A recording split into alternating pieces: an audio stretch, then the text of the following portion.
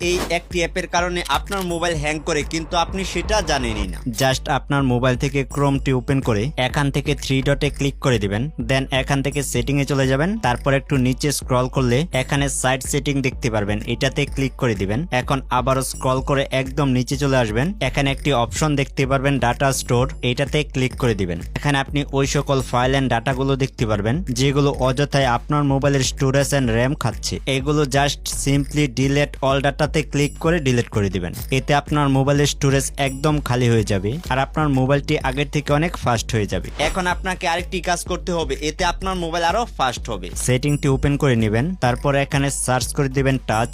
এখন এখানে একটি অপশন দেখতে পারবেন টাচ এন্ড হোল্ড ডিলে, এটা ক্লিক করে ওপেন করে নেবেন। এখানে লং সিলেক্ট করা থাকলে এটা জাস্ট শর্টে ক্লিক করে দিবেন। এখন আপনার মোবাইলের অ্যানিমেশন গুলো আগের থেকে স্মুথ হয়ে যাবে। তো এখনই এই সেটিং গুলো করে নিন আর আপনার মোবাইলকে ফাস্ট করে নিন।